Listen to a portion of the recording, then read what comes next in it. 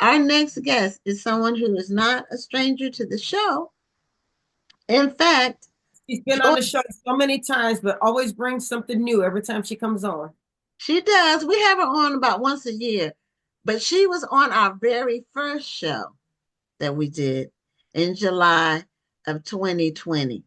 And so we hadn't had her on. We didn't have her last year at all. She was on in December of 2023. So she's always doing something fresh and different. And so I wanted to have her on to talk about the things that she is doing now. She has the publishing, started publishing books, and but she's doing some other stuff that I'm business related. And she was just named um, honored for being a small business in Las Vegas, right? Where you live. Yeah, yeah. So Joylynn, everybody knows Joylynn. She's been around as an author, publisher, every speaker forever since I've been in the space. That's been 25 years. So welcome back to Black Authors Matter TV. Thank you. Hey, Gwen. Hey, Dr. Rhonda. Yes, we got in this game together, and we Yeah. still playing. We still playing. You're right. We used to have the same publicist back in the day. Yeah, yeah, Y'all exactly. did anybody I know? Did I know them? What was the name? Oh my goodness. When did Um, Ella. no, before Ella. It was Jackie. No, Jackie was yours. Ella was mine. Oh, okay. Well, Yeah, but it was the same yeah. time then. I thought Jackie Uh-huh. was Yes. too. Okay. But yeah, Ella Curry. Ella D. Ella Curry. Curry. Okay. Ella's still around though, Oh because yeah. Ella's right Oh here at yeah. the DMV. Mm-hmm. Yeah. Yeah, she's still around. And who, Jackie? What was Jackie's last name? Oh shoot. You got me Is she trying still to in remember the? years Well, ago. is she still in the business? Like, is she still I doing? don't think she's still in the business though. Okay, okay. Yeah. Well, what are you doing these days, Joylyn? With Oh my gosh. it seems like you're always pivoting. You're kind of like us in that we're always pivoting. We're taking Yeah. what we have and the foundation that we have, and we pivot and add another dimension to it. I love it. We don't get away from what we're doing. Right. We Right. just So pivot. and not really, I look at us, we're innovators, we're Yeah. disruptors. I don't really feel like we're pivoting as much as we're shifting. We're using what's in our hands um, for how need to use it in that moment, in that, what the time frame, whatever is going on in the news, whatever going on in the industry, both the publishing industry, both business in general, and just again really going back, and that's what we have to do as business owners. We have to take inventory of what we have. Just because it's not working today doesn't mean it's not working tomorrow. But if it's not working today, go put it back in the chest, in your arsenal, and get something that is working today. But we've been fortunate enough where we haven't had to rebuild. Like you said, Gwen, we've Right. got a lot of stuff in our arsenal. We've got a lot of stuff in our chest. We're 25, 30 years in this game, and it's just using what's in your hand, using what works, knowing when to move away from something. Yeah. I That would makes like sense. to join what Joylynn is saying is absolutely correct because she's the reason why I released my book Trust. Trust actually was it was actually a part of a anthology. And we, for some reason, I don't even know why Joylynn and I were on the phone that day. That was the first time we had talked in years. I think it was because we had talked at the National Black Book Festival. Mm-hmm. He was like, because I hadn't written in a while, and she's like, you need to get back in it. You have books, you already have stories. All you have to do is just repurpose some of your anthology. I said, you're right. This was a good Mm-hmm. story. So I took the story and I dusted it off and rewrote it and revised it in a few places. And that was how Trust came out. So, sometimes it's good to have those author friends. Yes, we're gonna talk and we're gonna kiki, but then we're also going to motivate each other. So because of Joylynn, that was one of the reasons why I started writing again, because we had that conversation. Yeah, and I'm the queen of repurpose. I will repurpose content. One of the things I tell people, whether they're the readers, just tuning in to see what's going on in their favorite author's life, or it's authors, it's publishers, you already have books written, you already have content written. Let me circle back. I have different branches of business, but the main branch is called End of the Rainbow Projects, Inc. And when I started the company, I had the aphorism, how long will we continue to wait at the end of the rainbow before realizing that we, in fact, are the pot of gold? Our thoughts, our ideas, our concepts, our gold mind is our gold mine. What I did, and this is what I advise clients to do, go back to when you first got on social media. This can be a long, daunting process. So if you start now, moving forward, you got it done. But go back to every post you've made that added benefit and value to someone's life, that got the likes, that got the shares, that got the most engagement. When people email me a question and I answer it, I copy and I paste it in that same document. I put my social media post. I answer questions publicly. I don't do that DM me, ask me. No, I want the world to know what my knowledge looks like, what my wisdom looks like, what my experiences look like. When you answer questions publicly, you're showing your receipts, not your ego. Because when it comes time for people to cut a check for your services, they don't want your humbleness, they want receipts. Yes. So take everything. Every time you answer a question, somebody else probably has that problem too. Create it in a document, put it in a document, and then categorize it into subject matters. I just got a 3-book traditional publishing deal. That 3-book deal is based on social media posts, blogs, articles, as well as newsletter content. I repurpose content that I was just writing to add value, because I'm a resource before I'm an author. I'm a resource before I'm a publisher. Become a resource before you become anything else, any other titles. Add the value, add the benefit. I took that value, I took that benefit, and I repurposed it. And now I'm getting paid for it. Yes. Okay. Well, you always have been. You always have been on the cutting edge of whatever, or you cut the edge. That's why I tell people I don't like to follow a trail. I like to make a trail.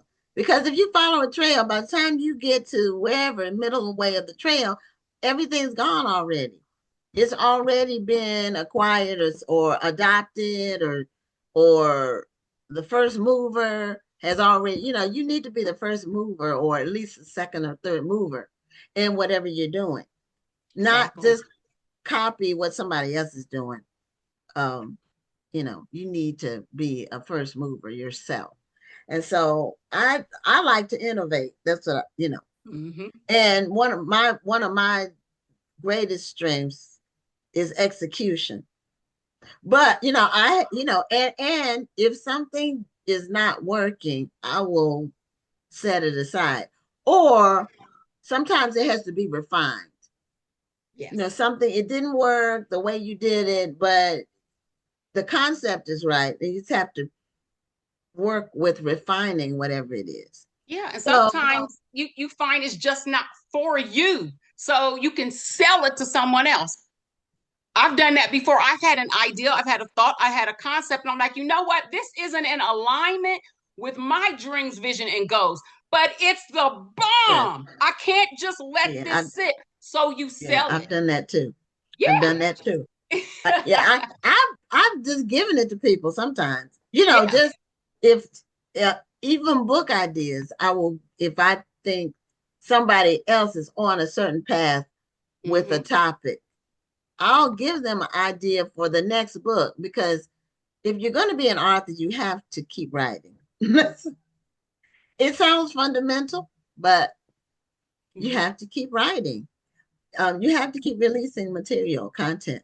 Now, this show, we have so much content from this show that I'm it's challenging just making it in a more usable form sometimes because everybody likes short content now. So I've actually gone back to the beginning of the show, like the first. I'm only on the first. I'm like 2 years behind, but the interviews that we've done, they're just so they're so powerful.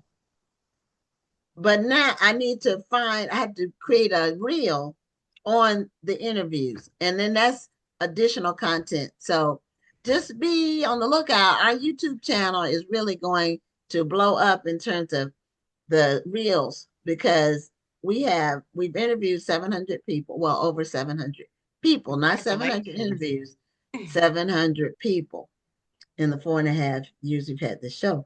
And we have every interview saved, archived. So, and I had to learn a new talent, how to create a reel myself.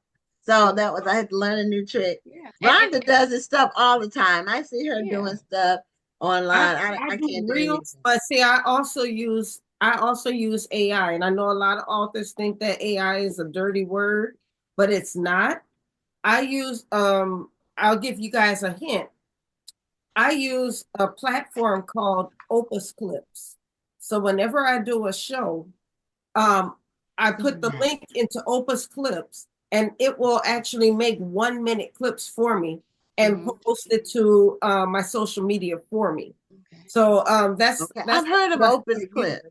Yeah, Hmm? and let Yeah, me talk about something Gwen said earlier. She's like, everybody likes short content, and everybody likes long content that adds value and benefit. exactly. So one of the things you Okay. do on YouTube, you go live and you stay on. You see some lives are 2 to 3 hours. That's intentional because YouTube's going to send people to you for those 2 and 3 hour lives, and people are just hop on randomly. They may stay, they may not. It's still considered a view.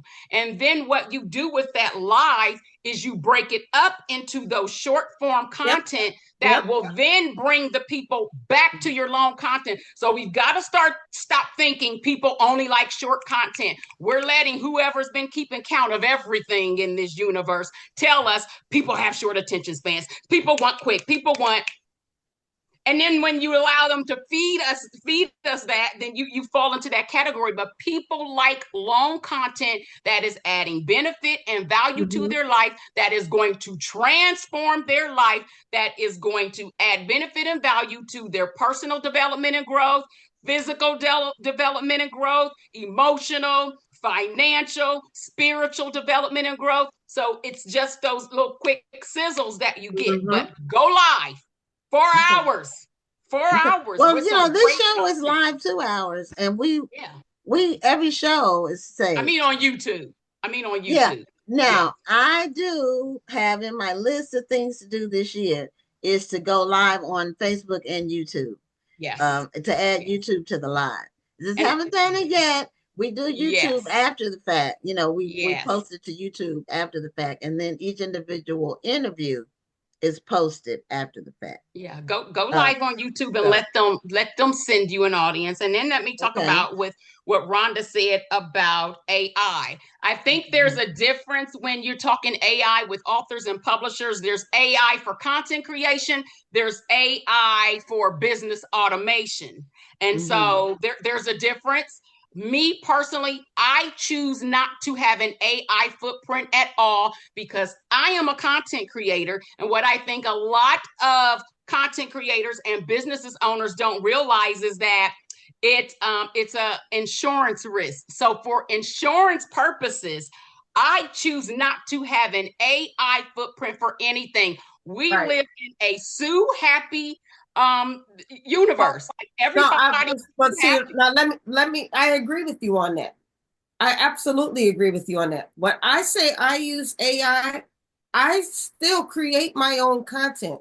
However, I use AI, like I said, when I do a show, I use AI to break up the show for me. So this is still my content. Yes, I get Yeah. that. But what I'm saying is, I don't want an AI footprint on my computer. If anybody was ever to sue me for anything, you would never find AI. That's just something, me personally.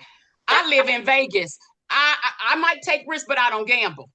And so I'm not willing to gamble. That's me Too many too. people, too many I don't people gamble. trust me with their content. Too many Mhm. people trust me with their content. Too many people trust me with their words. I don't want to jeopardize it in any form by having any type of AI, any type of chat box, any of that stuff. You know, when first Facebook first start using the chat box, a lot of people don't realize, but you could Google it. They had to shut that down because the bots formed a language that only they knew. The humans programming didn't even know the language. So they had to kill that project. These bots are very, very, very, very intelligent. And it's just not something, it's not otter, any of that. For insurance I would say, purposes, for yeah, insurance I would say purposes you, only.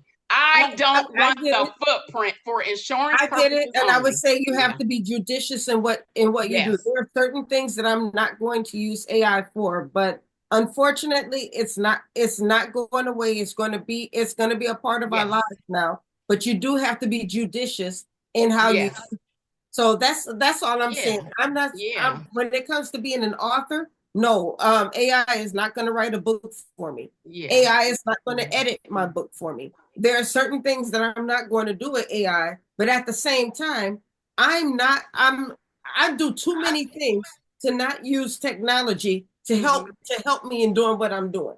Yeah. I But you use do have to be technology as judicious in well. what you do.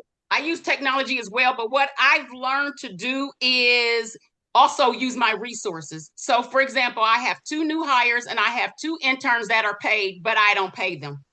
I tap into my resources so that I don't have to say, "Oh, I wear too many hats." And that's the issue I see with a lot of authors, which is why for the IBPA, the Independent Book Publishers Association, PubU 2025, I'm doing a 4-hour pre-conference to help people tap into these resources that are out here so that you don't have to be wearing so many hats in your business, so that you can take a young adult, you can take a new adult. So we got our young adults, ages 13 to 17. We have our new adults, ages 18 to 25. Here in Las Vegas, well, actually here in Nevada, 70% of those communities aren't employed. And so we have a program here where there's a program, they get paid intern, they get the direct deposit, we get to utilize them. And then if we decide we want to keep them, then there's another level to the program. Well, then they'll pay the first $10,000 of their salary. And then if they do really well and you want to train them or give them a raise, there's another 10,000. So I'm about resources, employing these young folks, employing people in general, when I can, so that I don't have to wear so many hats. And it's just a matter of, like I said, when I promoted this show, we always feel like there's so many gatekeepers, and we feel like we've got to knock down doors, break glass ceilings, get a seat at the table and all of that, when we're spending our energy in the wrong place instead of building and minding our own business. I want to run into DEI real quick because I know that's a hot topic. And when you think of DEI and you think about the Target, you think about the Walmart, you think about the Amazon, who almost bankrupted my company with our first book, by the way. So I understand what it's like to deal with these companies. One return can bankrupt you, dealing with distributors, dealing with retailers. One huge return. Real quick, Amazon ordered 2,500 copies of our inaugural book that came off of our PTP press imprint. Within 30 days, not even 30 days, they returned about 97% of those books. Less than 90 days. And distributors are doing this everywhere. Bookstores get a credit and they want to max out that credit and order all of these books, not really gauging who their true audience is and how many of these books are going to sell. And what these bookstores don't realize is that when they return those books, They are hurting these authors and these publishers. Another prime example, I did a print on demand with Ingram. I priced it above industry standard when this book first came out.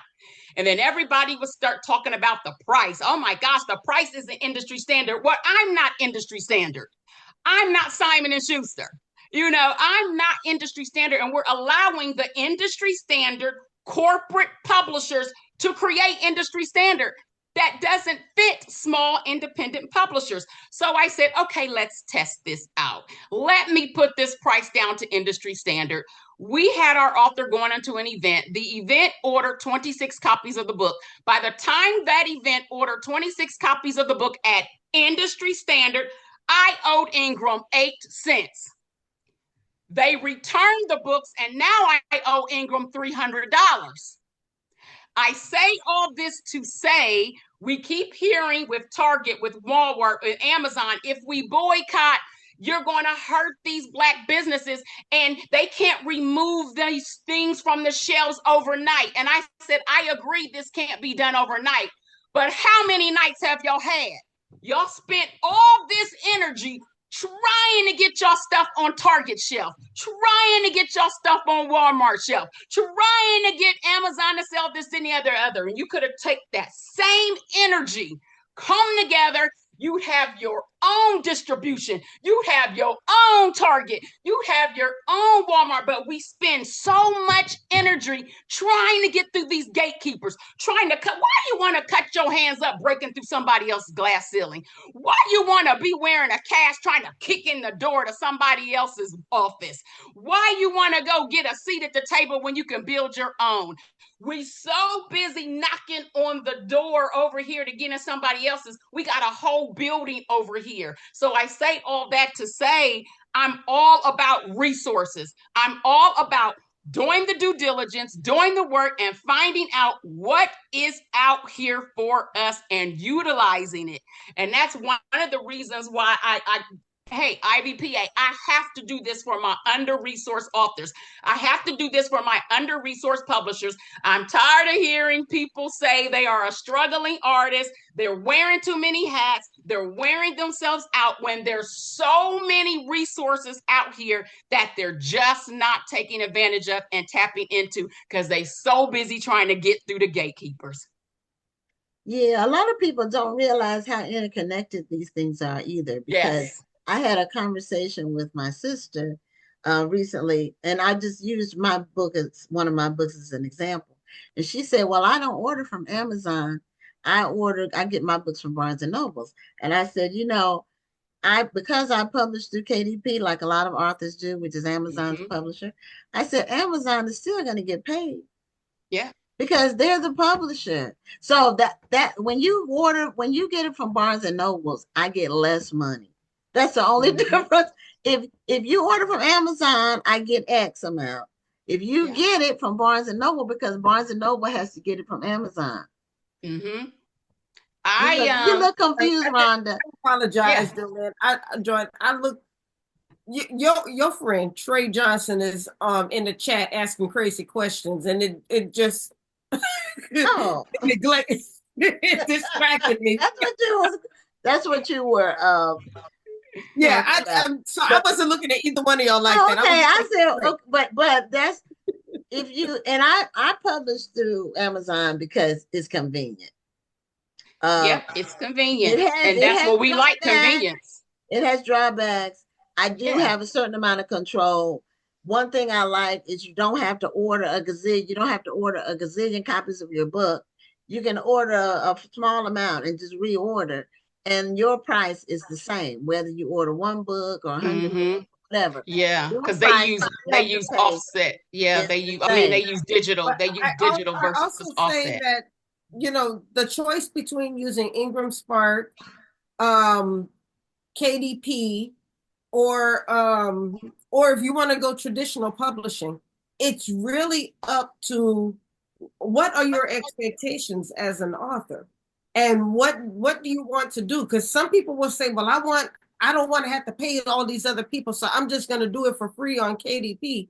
And then people don't realize that there are certain limitations by only publishing on KDP. There are certain limitations if you decide to do Ingram Spark. So you've got to do your research and then do what works for best for you and what matches with the expectations that you have for being an author. Yeah, set your goals, because a lot of people do want convenience. I want a large profit margin. I got kids going to college. I don't know if an injury could happen where I'm taking care of my husband, a car may break down. So I weigh, do I want convenience or do I want profit margin? So I go to my local printer and I get digital books printed for the same price that Amazon would print them. That only extra step, I have a larger profit margin. And yeah, I do have to make post office runs, but that's when we have to decide, do we want to build our own? I don't depend on my book sales for a living. So that's exactly. That's why I said your goals are very important. Right. I've had clients who come to us, they don't want to sell. There's people who say, well, I would do this whether I got paid or not. Be honest about it, because if you would do it whether you got paid or not, honey, blog it.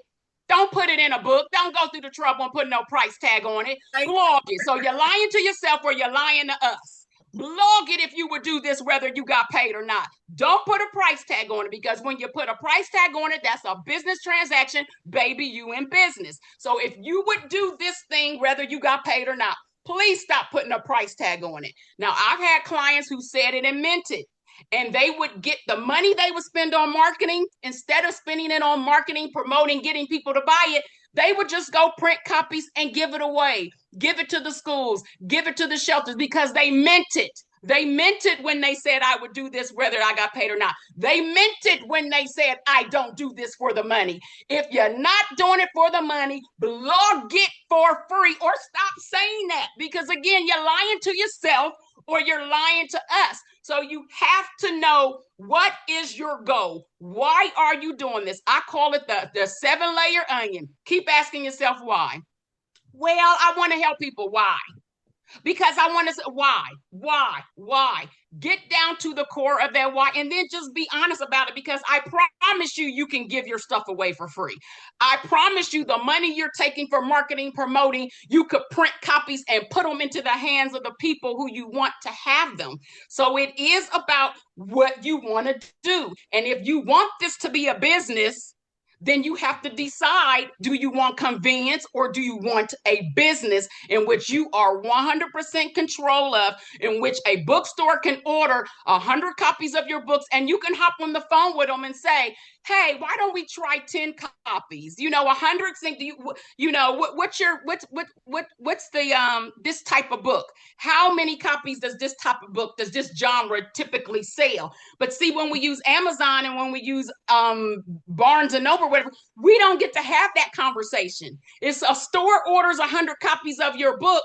Barnes and Noble, Ingram, Barnes and Noble's, Amazon, they just ship those books out. They ship them out. And then when that bookstore returns 50, 26, you owe them money. So you have to decide, do I really want to run a business? Do I really want to build a business? This is what is my goal, and how do I want to come about doing it? And what is my profit margin? How much money do I want to make? So this is what we were talking about at the top of the show, is that you do have to do your research. We were talking, I don't know if you saw it, but the first guest was saying that she used to be self-published and she would just say, oh, this title sounds cool. And that's the title she would go with. But then when she got with a publisher and the publisher's sales team said this title wouldn't work, they had done the research. We don't always do that research. We think this cover would be cool, or this title would be cool, but we don't know. We haven't done the research to see whether that's actually going to resonate with our target audience. Exactly. So like I said, you got to be honest with yourself. You do. Now I want to clarify, be honest with yourself. I make money on my books. I just don't make a living with my book sales. Yes. Difference. I make money on all of my books that I sell. Yeah. But it's not my source of income for a living. It's about how much money you want to make. Right. It's about how much money you want to make. Yeah. That's why I said, even if you're not making a living with it, but you're making money with it, it's still about How much money do you want to make? I'm good That's with true. this. I'm good with that profit margin, or I'm not good with that profit margin. I want this profit margin. Therefore, I'm going to do X, Y, Z. So Mm-hmm. And we're a again, it's little bit about your over our goal. time, but you mentioned something. I want to get a clarification on it Uh-huh. before we go. You talked about returns because a lot of people don't realize that, yeah, if your book is on the shelves of all these different stores, and a lot of authors, that's in their minds, that's their goal, is to have their books on all these shelves. But if they don't sell, they get returned. Yes. Mm-hmm. And so then that comes out of your royalties. Mm-hmm. So just, I know how to explain it, but I'd rather you explain it to Yeah. people about the returns in the book industry.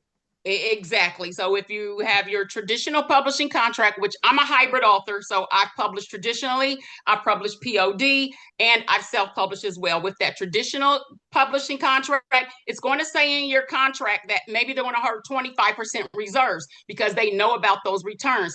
A book shipped is not a book sold. I don't care which Right, path of right. publishing you choose. A book shipped is not a book sold, and your publisher's job is to make sure they work the industry so that your book is available because they are counting on you to get people into To the promote stores it. to buy the book. You are Right. in a partnership. They are not just signing you on for a great book, they are Right. signing you on for a great work ethic. Exactly. It's You your cannot job to depend sell on the book. It's exactly. your You cannot job to depend on the sell the book. publisher to sell your books for you. You still have Right. to market, even if a publisher takes you on. You still have to Yes. market your books. You can't And just they will back be and let it returned work. if they don't Mm-hmm. sell.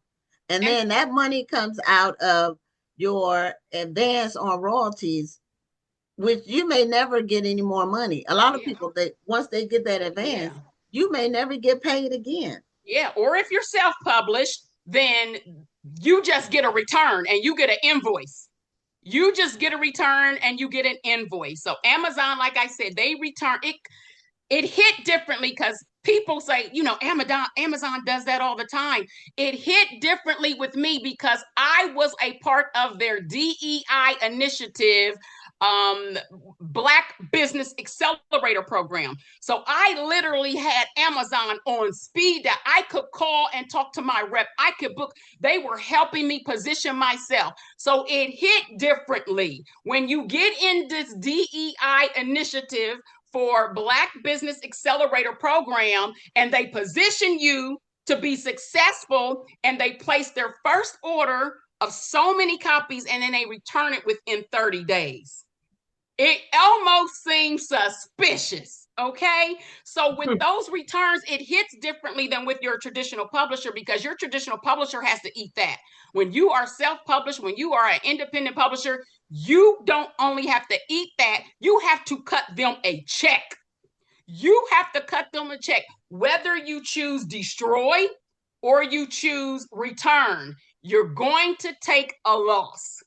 You're going to take a Wow. loss. So please, if nothing else, a book shipped out is It's not not a a book book sold unless it's sold. going to a library. And I'm just a person. I operate in a no judgment zone, but also a no excuse zone because I've been doing this almost 30 years, and I hear it all the time. Hashtag struggling artist, and I'm doing this, and I'm wearing so many hats. You don't have to be. I was pregnant at 15, had my first child at 16, was in a domestic violence relationship for 7 years, got my own place when I was 17 in the hood. I will get up in the morning to go to school and see drug transactions. And when I come home at night, I'm doing my homework for college. I'm listening to people getting shot by guns. I finally get out of this relationship. And so I still manage to keep pressing through. So I have a low tolerance for excuses. I'm empathetic, I'm sympathetic, and I'm passionate with a whole lot of compassion, but not when it comes to excuses. There are resources out here for you to achieve your literary dreams, visions, and goals. I have my assistant on the chat. Hopefully she has dropped some of those resources in the chat. But Okay. especially if you can make it to the PubU 4-hour pre-conference workshop. I'm spending 4 hours dropping as many resources as I can. If you can't make it, you can go to my website and get the literary blueprint, which is how to build your book, how to build your book business. And then once you have that business built, how to either sustain it if you want to make a living as a writer, or if you just want to make money as a writer. Either way it goes, I have you covered, because there's no excuse, not no gatekeepers, not no DEI, not nothing. The only thing standing in your way from achieving said goals that you need to lay out is you. Okay, well, that's a Well, word, that's a great and way thank to you. end it, It's a right great there. way to end. And Joylynn, we always need to give you more time. I forgot about that. So I'm about to next, say, I don't know why you didn't put her last. I Now we don't got know. a Yeah, I whole don't other know. guest. But anyway, then we would have gone overtime. Anyway, the show would have been on late. So, Joylynn, thank you so much for your words and your frankness. And you always give us some information that we need. And I'm just so glad that you're still out here as a resource, as you say. Yeah, and I'm out here because of you being a resource. I'm out here because of you being a resource, you knowing I exist, you knowing my voice, you knowing what I bring to the table, not the gatekeepers. I don't need them. I need you. Thank you. Thank you, Gwen. Thank you, Rhonda. That's All what you're right. doing on this platform. Thank you. Thank you. Well, And that's our thank you. goal. That's our goal. Okay, well, we'll say good night, and we need to bring on our final guest. All He's righty. into Good her night, time. y'all. Okay. All right. Good night.